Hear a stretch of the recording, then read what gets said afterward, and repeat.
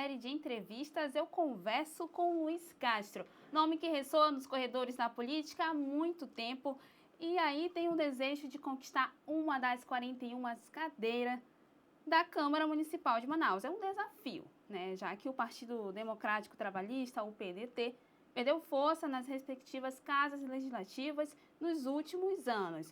Nascido em São Paulo, virou prefeito de Envira, foi secretário de Estado, possui também vários mandatos na Assembleia Legislativa do Amazonas e entende que pode ser útil como vereador, com causas que, segundo ele, são tratadas com superficialidade pelos atuais políticos. Bom, é um pouco disso que a gente irá tratar nessa conversa aí, nesse período, e, claro, entender melhor o contexto político da disputa eleitoral que se intensifica dia após dia. Luiz, eu agradeço primeiramente que o senhor tenha aí aceitado o convite para estar aqui conosco. Como é que o senhor está? Obrigado, Rívia. É um prazer estar aqui, conversar um pouco, né? E estamos bem, graças a Deus. E prontos para dialogar. Essa é aquela fase de pré-campanha para as pessoas nos conhecerem melhor e as nossas propostas, né? Exatamente. Luiz, já que você falou de proposta, você optou aí por vir como vereador e, como ressaltei, possui aí uma vasta experiência no executivo, né, no município de Envira, além de uma longa trajetória na Aleam. Mas existem aí no caminho de qualquer vereador, qualquer um que queira, né, conquistar a cadeira aí da Câmara, as complicações na administração pública, envolvendo áreas mais sensíveis, como saúde, meio ambiente, emprego, infraestrutura. Aí já entra aquelas questões de asfalto, enfim. Caso eleito, qual será a sua postura e forma de atuação na CMM? Bom, Rívia, primeiramente, na sua abordagem aí, de fato, o PDT lá atrás, desde que o senador Jefferson Pérez faleceu, ele perdeu a expressão política que ele teve, porque o Jefferson era uma figura muito forte. E a gente está, nesse momento, se colocando à disposição com uma alternativa para a vereança. Eu nunca fui vereador, né? Sim. É uma experiência nova para ser útil. Eu faço política pensando em ser útil. Eu não enriqueci na política, não fiquei milionário, não montei negócios aproveitando meus mandatos, nem com parentes, nem com aderentes, porque eu entendo que o verdadeiro político, a verdadeira política, é voltada para você ajudar a resolver problemas coletivos da sociedade. Você dá a sua contribuição da maneira que você puder dar no âmbito da sua atuação. E eu analisei, como você colocou também no preâmbulo, e eu faço questão de enfatizar, que tem questões muito importantes que não estão sendo referenciadas, trabalhadas, divulgadas no contexto da Câmara Municipal, até da própria Assembleia. E nós estamos vivendo aí esse drama, o Rio Grande do Sul passando por essa crise climática terrível, com centenas de milhares de desabrigados, uma situação dramática. Tivemos a nossa seca, né, que deverá agora voltar, temos um episódio... Muita fumaça. E a gente observa, assim, que parece que uma parte da sociedade não está observando que o mundo está mudando rapidamente, que os eventos climáticos vão ficar cada vez mais fortes e vão afetar a vida das pessoas, principalmente das pessoas mais vulneráveis, aquelas que moram às margens de um rio, de um igarapé, que têm uma renda menor, uma casa precária. Então eu pretendo trazer essa pauta do meio ambiente como uma pauta forte. Manaus está no coração da Amazônia, Rívia, e não há um único político com mandato que dê de fato uma atenção para essa causa. Eu presidi a Comissão de Meio Ambiente da Assembleia durante 12 anos, interajo com cientistas do INPA, interajo com militantes da causa ambiental, mas não é a única causa. Nós temos outras causas também que foi causa coletiva, é com Luiz Castro. Eu gosto. Perfeito. Agora, tem chances do PDT aí conquistar uma das cadeiras, né, da Câmara, uma vez que se enfraqueceu, como o senhor mesmo falou, nos últimos anos? Como fazer que o protagonismo do PDT volte? Bom, primeiro nós trabalhamos para constituir um novo time do PDT. Quando eu assumi a presidência do PDT estadual, nós não tínhamos nenhum diretório, nenhuma representação em nenhum município do Amazonas. Era uma coisa muito triste, né? Um partido com o nome do PDT. Hoje nós temos 39 municípios organizados, teremos 9 candidatos a prefeito no interior, mais de 400 candidatos a vereador, e aqui em Manaus a gente depois procurou compor uma chapa, uma nominata de pré-candidatos, que a intenção é eleger 2 e possivelmente eleger 3 vereadores. Nós temos que alcançar o coeficiente, então é um desafio para todo o time, muita união, muito um entendendo que o outro é colaborador e não é competidor, porque aquela pessoa que não chegar lá, mas vai ajudar com seus votos, o que foi eleito. Então esse é o espírito dentro do PDT nesse momento, todos unidos, e vamos ver quem vai chegar aos mandatos para o PDT voltar a ter mandato. O PDT não tem um vereador em Manaus, né? Então nós vamos trabalhar para reocupar esse espaço. Tem expectativa? Sim, ó, ótima expectativa. Nós temos chances reais de eleger 2 até 3. Então, nós estamos confiantes que vamos romper essa barreira, que necessariamente vai mostrar que a população não vai reeleger todos os vereadores com mandato, né? Há muitas críticas e há muitas decepções. E também, no nosso caso, nós vamos buscar um eleitor que vota consciente, um eleitor que não vota em troca de favor, de dinheiro, não vende o seu voto, né? Tem muito disso aqui em Manaus? Infelizmente, na periferia de Manaus, mas não só na periferia, em muitos bairros de Manaus, a gente ainda tem um mercado de votos muito grande, disfarçado. Muitas vezes esse mercado não é percebido, para mim é uma espécie de escravidão, porque as pessoas que mais vendem o seu apoio, depois são as que mais sofrem, as que mais reclamam. Mas também nós temos em Manaus muitas pessoas que se recusam a ir para esse tipo de jogo. São pessoas que têm consciência política, pessoas que querem ver a cidade melhorar, que querem ver questões importantes da saúde, da educação, do meio ambiente, das causas sociais serem tratadas com uma forma mais eficiente. E essas pessoas, elas votam também. Então, nós temos muitos eleitores que não vendem o seu voto. Aquele eleitor que espera que eu vá comprar o voto, pode procurar outro candidato, porque eu não compro votos. Sou totalmente contra a compra de votos. Perfeito. Agora, o senhor falou aí da questão do Jefferson, mas o que se deu, acho que foi além do Jefferson, né? O que se deu essa falta de representatividade do PDT aqui em Manaus? Seria tão complicado assim encaixar o nome na CMM, na Alean, por exemplo? Pois é, Rívia. E como eu entrei no PDT em 2022, Sim. Fica meio chato fazer críticas, né, às gestões anteriores do PDT. Tá recente, né? Eu acho que houve uma falta de articulação. Talvez tenha havido uma acomodação pelo Jefferson ser um homem de grande projeção, um senador muito forte. Quando ele saiu, não houve uma continuidade, não houve essa continuidade. É preciso trabalhar um partido com uma visão orgânica e você não pode querer que todo mundo pense igual a você. Você tem que procurar atrair pessoas bem intencionadas, pessoas que prometem ou se comprometem a fazer um bom trabalho político, mas evidentemente não vai ser todo mundo igual. Nós estamos no PDT 2022 até agora, há menos de 2 anos, a gente já conseguiu avançar muito, mas com mais tempo a gente vai avançar mais. Eu acho que houve uma certa apatia e tem uma outra questão. É você trabalhar muito o seu mandato individual e esquecer do partido. Então você precisa trabalhar também sendo eleito para fortalecer o partido. Perfeito. Agora, como pré-candidato, como que o senhor avalia os vereadores da Câmara Municipal de Manaus, tanto da base aliada quanto da oposição? Que a gente vê ali que são 2 ou 3 no máximo, né? Agora está aumentando. Mas o nível deles foi baixando? Como é que está aí a sua visão quanto a isso? Bom, Rívia, não seria eu a dizer que o nível dos vereadores baixou, mas a população fala disso o tempo todo. Nós tivemos Câmara de Vereadores em Manaus, com o próprio senador Jefferson foi vereador, Fábio Lucena foi vereador, Praciano foi vereador, Zé Ricardo foi vereador, Plínio Valério foi vereador. Então você tinha na Câmara uma discussão de um nível muito bom, com ideias, com debate de ideias, de soluções, de problemas. E isso diminuiu muito, né? Houve uma queda de qualidade, também na Assembleia Legislativa, né? Porque parece que os políticos entendem que não tem que ler, que não tem que estudar, basta improvisar um discurso, mas é muito mais do que isso. Você tem que se aprofundar nas temáticas para você não ser um político vazio, de superfície, alguém que não tem capacidade, não tem a possibilidade de apresentar soluções, de discutir, inclusive, soluções, porque o político não é dono da verdade. Então, por exemplo, na área de meio ambiente, eu vou conversar com as pessoas que trabalham nessa área. A gente vai conversar com professores, com pesquisadores, com militantes da causa ambiental e a gente vai estudando junto com eles quais são os melhores caminhos, melhores soluções, melhores ações que tem que se desenvolver.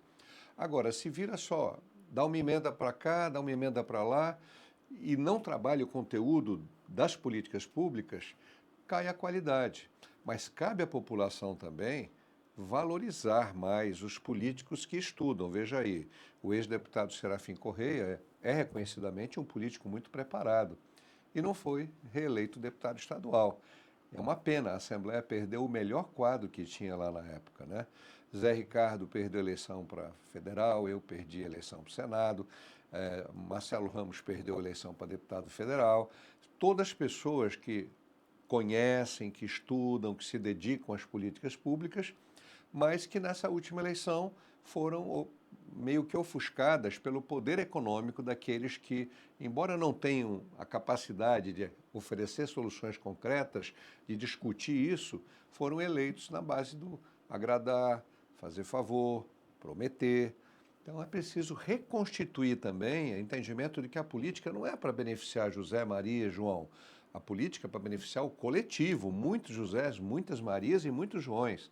Nós precisamos, na verdade, entender que a missão da política é promover o bem comum, é buscar a convergência dos interesses que são divergentes, construir pontes de entendimento, de diálogo e buscar aquilo que vai fazer diferença na vida da sociedade, não no sentido individual. Olhar o candidato, eu só vou votar no fulano se ele me prometeu emprego no gabinete dele. Tudo bem, se o vereador tiver 35, 40 assessores, ele não vai empregar 1/100º dos eleitores que apoiaram. Então, esta visão atrasada, individualista, de parte dos eleitores, atrapalha a melhoria da qualidade. Então, nossa esperança é, tantos universitários, você que começou a estudar tão jovem, com 15 anos de idade, né?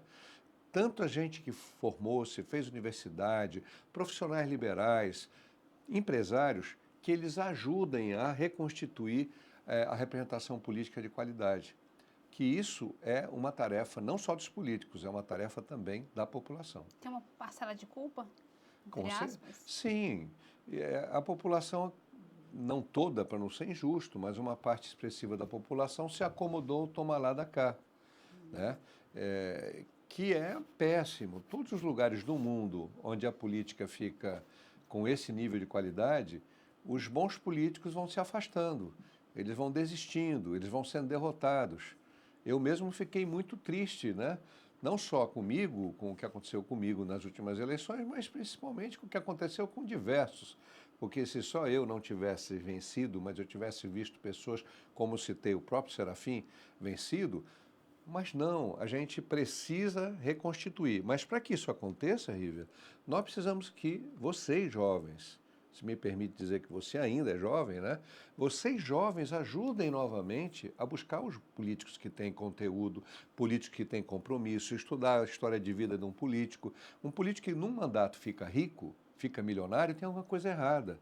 Eu vivi de salário de deputado durante 20 anos e eu não fiquei rico.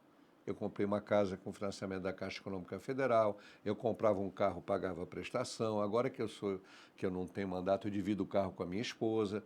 Então, o que acontece com alguém que vota num político que ele desconfia que é corrupto, até que ele sabe que é corrupto? Ele está também contribuindo para a qualidade da política cair.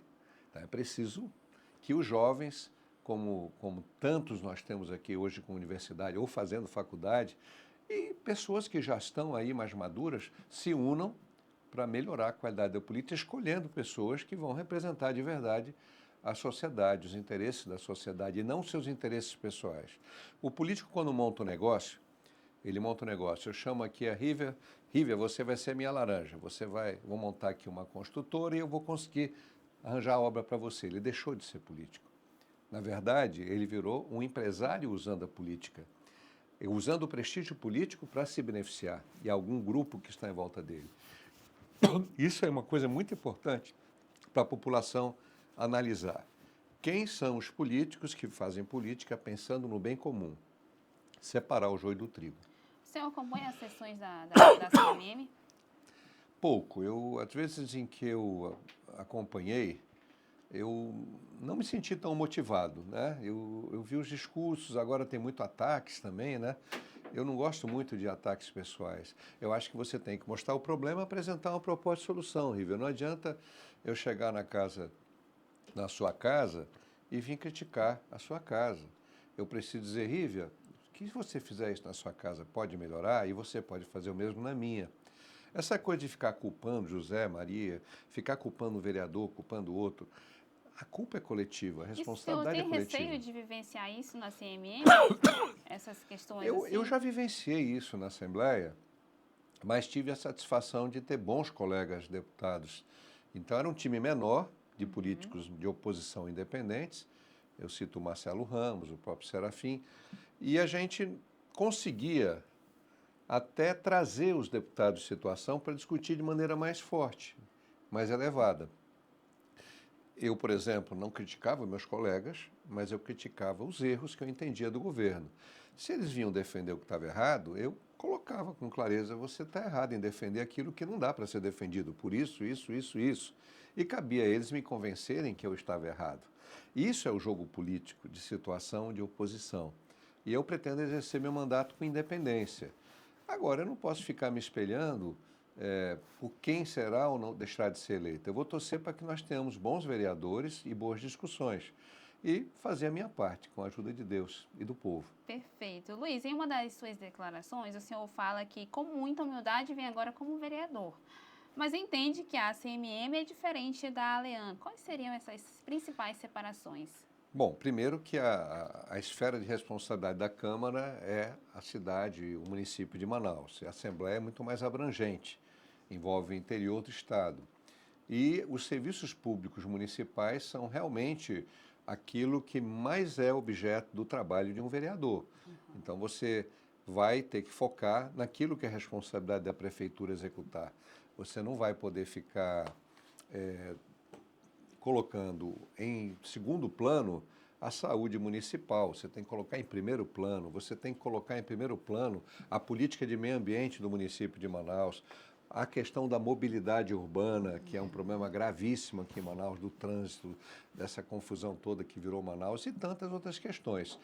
Então, o vereador ele foca mais realmente nas questões concretas do dia a dia do cidadão, da cidadã de Manaus. E já o deputado ele tem uma percepção de abrangência muito maior. Aí eu acho um exercício bom para mim eu me concentrar em Manaus, porque é uma cidade onde eu vivo há muito tempo e eu acho que vou trazer essa experiência de ex-deputado e buscar contribuir de maneira mais concentrada aqui na capital. Perfeito. O senhor fez parte de uma assembleia, como o senhor falou, que existia uma oposição de verdade, né? A gente tem, hoje existe só o Wilker, né, de oposição, que não é tão imperativo, como era o senhor, junto com Marcelo Ramos e Zé Ricardo. O senhor acha que essa falta de oposição prejudica na balança do poder, ratificando as decisões do executivo? Com certeza prejudica, Porque também não há questionamentos, né? Não há... Rívia, e todos que nos acompanham, a democracia, ela exige um jogo dialético de ideias que se contrapõem a outras ideias. Não impede de haver o entendimento. Mas quando todo mundo está só num lado político, especialmente na situação, ou que fosse na oposição, a democracia política perde muito, né? E na Assembleia nós tivemos períodos com 4 até 5 parlamentares independentes. Eu, por exemplo, nunca me considerei um deputado totalmente de oposição. Eu era muito mais um parlamentar independente. Porque o que viesse da base do governo, que fosse algo que eu entendesse, que eu tivesse a consciência de que seria bom para a sociedade, eu não votava contra, eu não ficava inventando defeito. Mas quando via que algo estava muito ruim, eu enfrentava. E apresentei várias propostas, consegui aprovar vários projetos de lei de minha autoria, de minha iniciativa, foram aprovados. Mesmo eu sendo um parlamentar de um bloco de minoria, eu fui o líder da minoria mais de 8 anos na Assembleia, eu conversava, dialogava com os outros deputados e conseguia avançar e aprovar vários projetos de lei, alguns inclusive de grande impacto, como, por exemplo, a emenda constitucional dos assistentes sociais e psicólogos nas escolas. Foi de minha iniciativa. Carreira de estado de médico também de minha iniciativa. e uma série de questões importantes do cooperativismo, que a nossa Constituição não previa um apoio, uma política de apoio ao cooperativismo, conseguir também tomar essa iniciativa. Então, o político tem que trabalhar e tem que dialogar. E muitas vezes você vai convencer um deputado que não é do teu bloco de que ele pode ajudar num determinado projeto. Mas é preciso ter embate de ideias. Se todo mundo disser amém para o governo, alguma coisa está errada. Não vai funcionar bem a Assembleia, nem a Câmara. Perfeito. Agora, de onde partiu esse teu interesse de vir como vereador, pré-candidato a vereador? Como? Quando e como surgiu esse interesse de Ah, surgir Rívia, como pré-candidato? deixa eu lhe falar. Eu tinha duas opções. Eu saía da política, né? Eu tenho uma relação muito forte com a área socioambiental, a área de educação também. Sou formado em Direito, então eu tenho campos profissionais. Mas, Rívia, o que aconteceu? Eu comecei na política muito novo, né? E aí eu fui me perguntar, eu devo sair da política ou eu devo permanecer? Fui perguntar para as pessoas, fui perguntar para mim mesmo, fui perguntar para Deus. E na parábola dos talentos, eu descobri espiritualmente que eu deveria continuar na política. Por quê? Eu desenvolvi o talento da política ao longo da minha vida, como você está desenvolvendo o talento do jornalismo. Quando você, durante tanto tempo, você trabalhou dentro de um tipo de ação profissional, de ação existencial, é melhor você continuar ali até onde for possível, porque eu ainda tenho saúde, graças a Deus, consigo pensar bem, caminho bem ainda, tenho uma boa condição de trabalho. Eu acho que eu posso ser mais útil para a sociedade sendo um vereador do que atuando em outra função, pela experiência que eu acumulei. Humildemente, uma Câmara de Vereadores, eu sei que se eleito, vou ser um em 41. Mas eu vou poder ser útil, por exemplo, para uma causa que hoje está esquecida, a causa das nossas crianças que são abusadas. Eu trabalhei bastante na Assembleia no enfrentamento da pedofilia, dos abusos. É uma causa que não é eleitoreira, ela não rende votos. Se você nessa causa trabalhar querendo aparecer, você não está fazendo as coisas certas.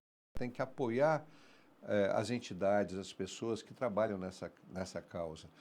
Uma criança abusada, um adolescente abusado, é algo inominável, vai levar um trauma para o resto da vida. Às vezes a criança é abusada em casa, na vizinhança, até na escola. E eu acho que eu posso ser útil, não sozinho, mas trazendo, dando espaço na Câmara e promovendo discussões como eu fiz na Assembleia, para que essas pessoas que atuam nessa causa, elas venham ter mais valorização, mais apoio. E para a sociedade também, eu apoiei 3 CPIs, 2 CPIs federais, que eu fui o deputado que acompanhou estadual, e uma estadual que nós promovemos a meu pedido. A CPI resolve tudo? Não, mas ela chama atenção para a sociedade, ela mostra o problema. E só se resolve um problema quando se toma conhecimento dele. Se enquanto você não constata, não reconhece que há um problema grave, você não enfrenta da maneira correta. Naquela época, por exemplo, nós conseguimos criar um juizado especial para os abusos contra crianças e adolescentes. Nós conseguimos lutar e fortalecer a delegacia especializada. Então, tudo isso fruto não do deputado e não só de um vereador, mas ele ser um instrumento. Assim como você, como jornalista, é instrumento da comunicação, da informação, cada pessoa que você entrevista, cada pessoa que você conversa, você ajuda a prestar um serviço para a sociedade. O vereador, o deputado, tem que fazer a mesma coisa no campo da política. Se eu trago, eu fui o parlamentar que trouxe, levei, por exemplo, essa questão das mudanças climáticas para a Assembleia. No início, aquele filme do Al Gore, eu levei o Dr. Manzi, especialista, Dr. Niriguchi, para explicar para os deputados, explicar para todos nós, o que iria acontecer que infelizmente está acontecendo, que a humanidade não acordou ainda. Qual é o papel da gente? Não é dizer eu tenho a solução, mas nós juntos vamos buscar uma solução. Perfeito. Agora, depois de um grande mistério acerca de quem o PDT iria apoiar como pré-candidato a prefeito, porque de acordo com os bastidores tinha ali as suposições de que Marcelo Ramos ou Davi Almeida estavam dando aquele impasse de quem o PDT iria apoiar, mas no final acabou sendo Roberto Cidade, aliado de Wilson Lima. Vale a pena apoiá-lo? Veja bem, nós estabelecemos um diálogo com o Roberto Cidade, ele foi muito atencioso conosco e a gente integrou, inclusive, pré-candidatos a vereadores que tinham sido filiados ao Solidariedade. Mas a decisão realmente do partido, ela vai acontecer na convenção, a partir do mês de julho, 18 de julho. A gente está analisando muito, porque o PDT é um partido de centro-esquerda. Ele não é um puxadinho de nenhum partido, nem do PT. Mas o PDT compõe hoje o governo federal. Nós temos um ministério, aliás, temos 2 ministérios. O ex-governador do Amapá é do PDT e o presidente nacional do PDT, Carlos Lupe, também é os 2 são ministros. Então, a gente está observando muito essa questão geopolítica local, né? Não é apenas a pessoa do Roberto Cidade, que é uma pessoa muito tranquila de se relacionar, é muito, muito bom. A gente precisa entender também como é que vai ficar a situação nossa do ponto de vista de coerência política. Então, nós estamos estudando isso e brevemente a gente vai avançar nesse processo. Mas nós estamos com uma boa relação com o Roberto, mas não deixamos de conversar com o Marcelo. Tá, eu questionei isso porque a ASPROM, em conjunto com entidades representativas dos segmentos da segurança pública e saúde, realizaram nesta semana um ato público unificado de protesto na sede da Assembleia Legislativa do Estado. Eles estavam ali em busca de apoio dos deputados estaduais, em especial do presidente da Aliança, que é Roberto Cidade, para que os mesmos pudessem ali conversar, intermediar uma conversa com o governador Wilson Lima para falar das datas bases vencidas. Mas antes da minha pergunta, eu quero mostrar um vídeo que, inclusive, eu vou pedir só para a minha produção colocar aqui para a gente e você assistir também, tá? Tá bom. Vou começar. Vai ser aqui? Eu acredito que sim, eu acho que uma das 2. Levantando a bandeira da segurança pública, mas que infelizmente não tem defendido os nossos interesses. Nós temos aqui o deputado comandante Dan, que tem buscado nos dar voz, buscado uma interlocução com o governador do estado e principalmente com o presidente da Assembleia, que é candidato do governo à prefeitura, mas que também não nos recebe, que também não nos dá a oportunidade de falar. Esse é o momento, esse é um movimento que nós estamos já há quase 2 anos tratando diretamente com os interlocutores que foram eleitos pelo Estado para conversar conosco.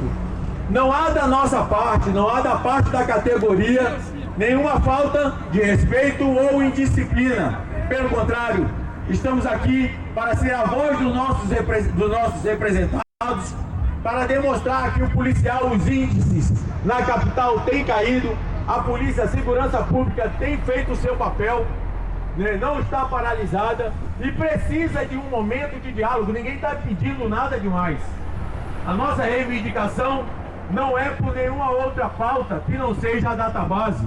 Nós precisamos estancar uma hemorragia que há 4 anos, pelo menos, para a segurança pública, está pendente.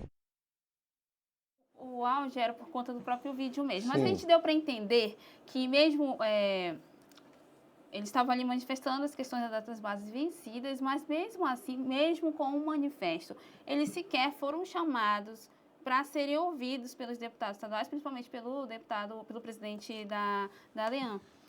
Novamente, o PDT está apoiando aí, né, tá, essas articulações aí com o Roberto Cidade. Mas a categoria da educação, saúde e segurança sentem que não são ouvidos há quase 2 anos, como eles mesmos falaram, pelo governo estadual. Esse apoio não representa um perigo para o PDT? Não, o senhor não teme que esse apoiar Roberto Cidade pode ser mal interpretado? Claro que eu temo, eu não seria hipócrita dizer que a gente não teme isso. Até porque o desrespeito à database é algo que não pode ser aceito. Eu sempre na minha vida, na minha trajetória política, defendi aquilo que está na lei, que é o cumprimento da database. E cumprimento da database é, no mínimo, repor a inflação do período. Não necessariamente ganho real. O ideal é que se tenha ganhos reais para as categorias. Mas quando isso não é possível, pelo menos recuperar o poder aquisitivo daquele salário, porque durante 1 ano ele defasou, houve inflação. Então, para mim, esse é um desrespeito que não deveria acontecer. Pagamentos atrasados na área de saúde. Então, é muito complexo ter uma aliança com um candidato se ele não se impuser com o seu apoiador. Então, o governador precisa fazer uma autocrítica. A propaganda na televisão está muito bonita, mas a gente sabe que tem coisas como na área de saúde, na área de segurança, na área de educação, que são coisas básicas. Não pagar database é algo inadmissível, né? E eu espero que o deputado Roberto Cidade, ele use a sua influência dos outros deputados da base de governo para chegar ao governador e dizer que tem que corrigir isso. Isso é uma coisa errada e não é porque eu estou conversando com o Roberto Cidade ou com qualquer outro político que eu vou dizer que o certo é errado. Essa característica da minha vida pessoal eu não vou mudar. Se eu não mudei até agora, eu não posso mudar. Eu tenho que ter coerência. Mas se já está tendo esse impasse, ele sendo deputado estadual e presidente da Alian, não pode ter outros impasses aí na prefeitura? Pode, e por isso que ele precisa exigir do seu governador que cumpra as databases. Ele precisa mostrar para a sociedade que as falhas principais do governo, pelo menos ele está lutando para corrigir. Aí é o papel dele. Ele vai ter que nos convencer que ele quer que seja diferente e que se ele for eleito vai fazer diferente.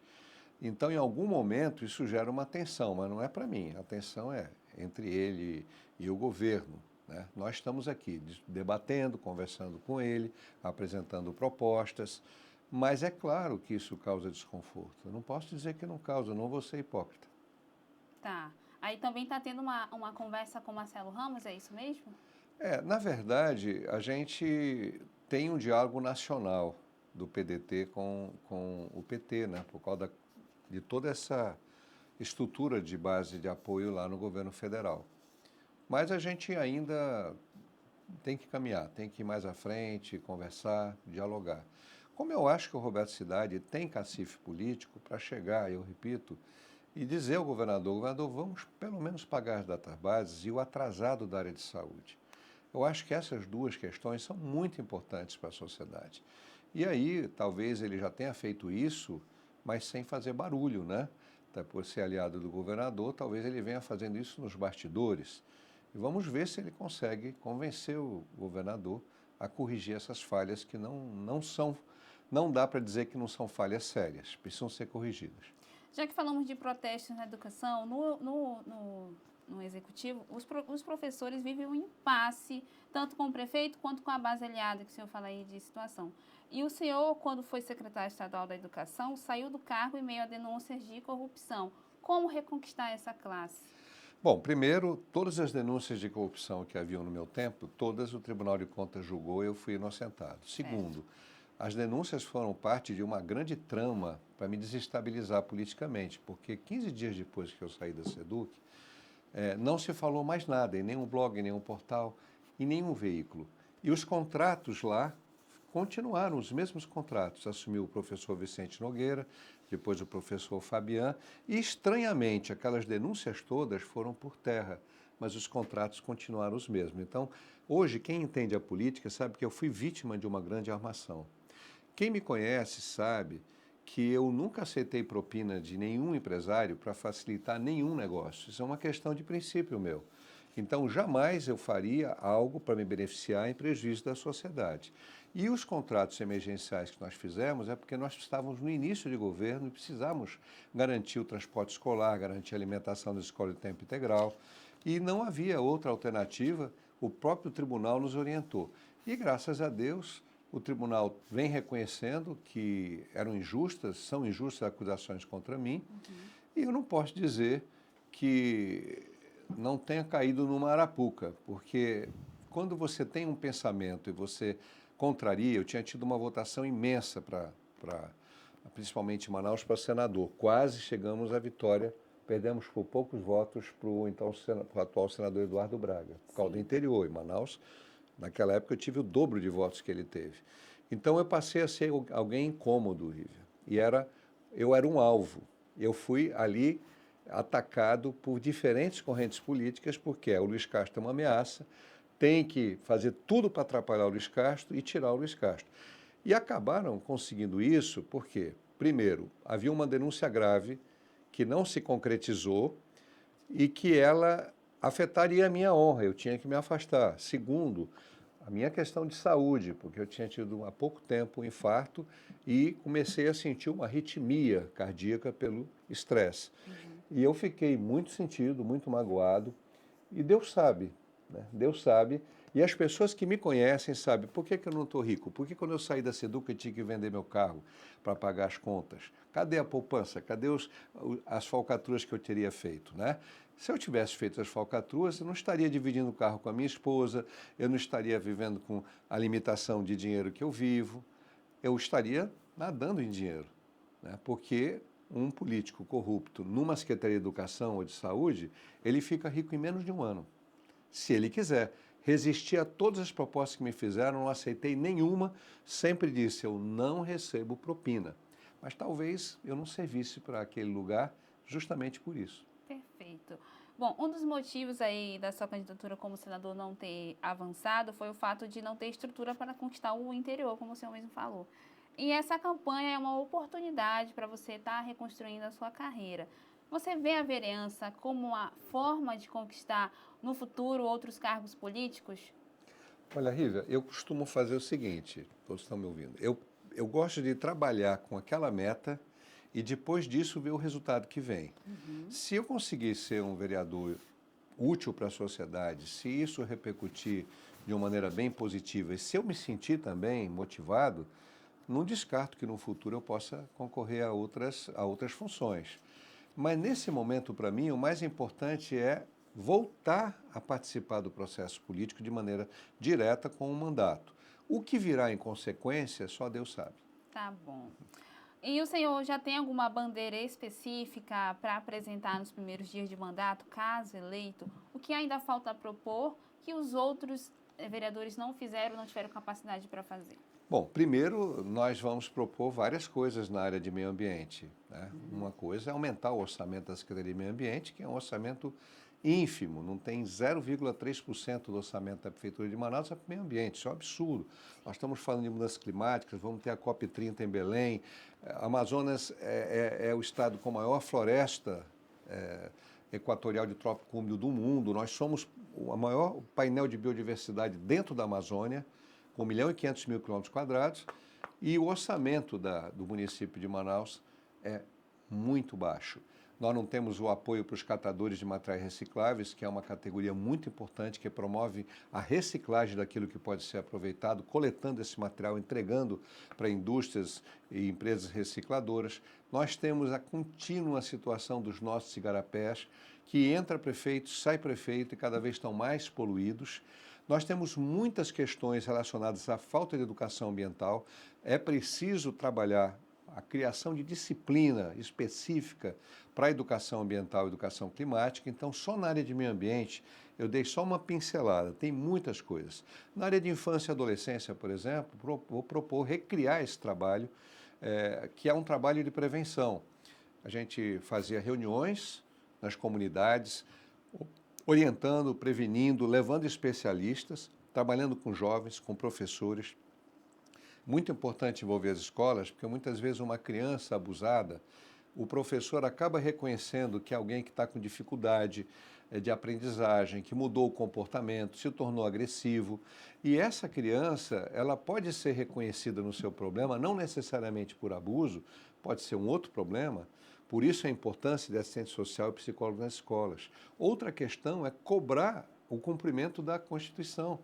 A Prefeitura tem que contratar mais assistentes sociais e psicólogos para suas equipes intersetoriais de educação. Então, eu estou só colocando duas janelas de questões que hoje não são levantadas e que eu vou levantar com muita ênfase. Seja quem for, seja o prefeito que eu ajudar a eleger, seja o prefeito de outro partido.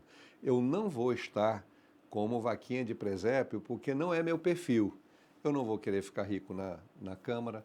As minhas emendas parlamentares, se eu chegar a vereador, vão ser destinadas a questões e a instituições sérias. Eu não vou pedir propina de ninguém para destinar a emenda parlamentar, porque eu não faço isso, então eu não preciso nem aprender. Eu nunca fiz, não vou continuar não fazendo. Se Deus quiser, peço a Deus que me mantenha firme. Acho que vamos mudar muita postura. E tem uma coisa interessante, eu sou um camarada que detesto a crítica pela crítica. Ou seja, só dizer que está errado e não propor solução, não. Está errado, qual é a tua proposta de solução? Então, tacar pedra é a coisa mais fácil do mundo. Eu quero ver quem ataca e mostra como resolver aquele problema. E esse é um papel que eu gosto de exercer. qualquer causa coletiva, como fui deputado estadual, criamos a Frente Parlamentar de Apoio às Pessoas com HIV, AIDS e Tuberculose, com mulheres, com homens, com muita gente que participava dessas discussões.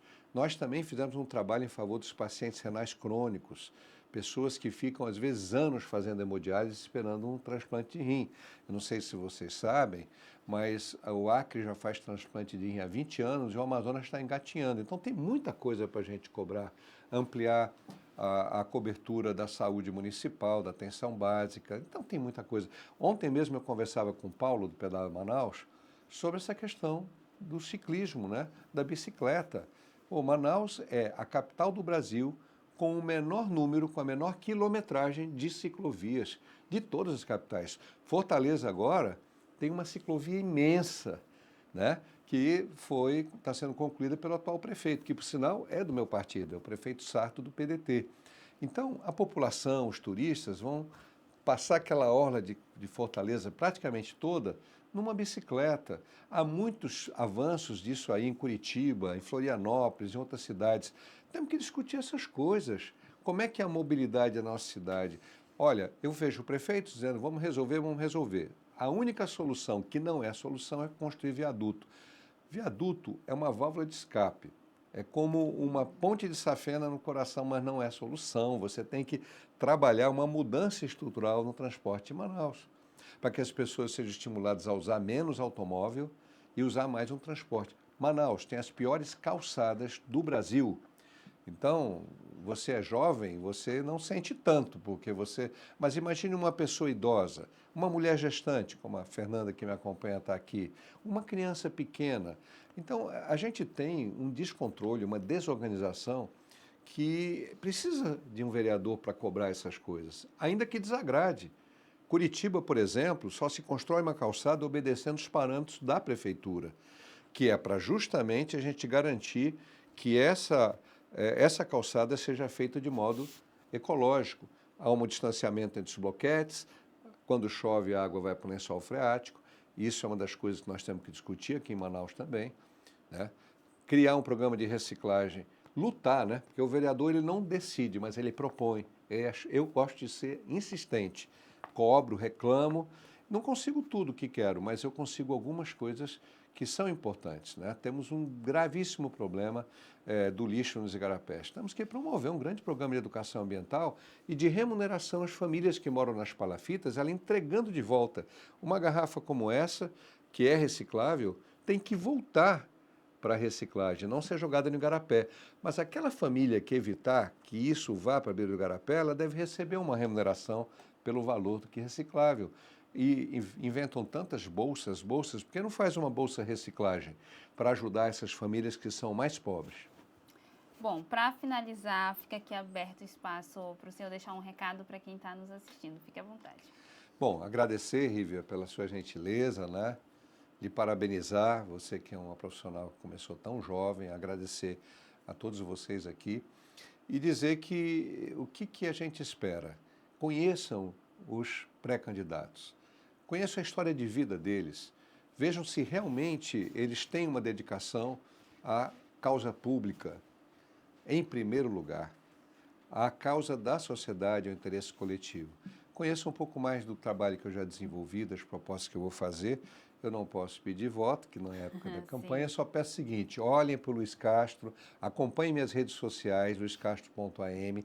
Agora, nessa Semana do Meio Ambiente, a partir de domingo, entrevistamos pesquisadores do INPLA, o Paulo do Pedala, entrevistamos gente de militância ambiental, professor de universidade, vou fazer um podcast com o professor Nélito, que foi presidente do IPAAN, e cada dia vai ter uma temática ligada ao meio ambiente nas minhas redes sociais, que é para mostrar que a gente tem esse foco, não é da boca para fora, é de coração. Muito obrigado pela atenção. Luiz, muito obrigada novamente por você ter vindo aqui e eu agradeço você que ficou até o final. Fique ligado em nossas redes sociais. Semana que vem tem muito mais entrevistas e até a próxima.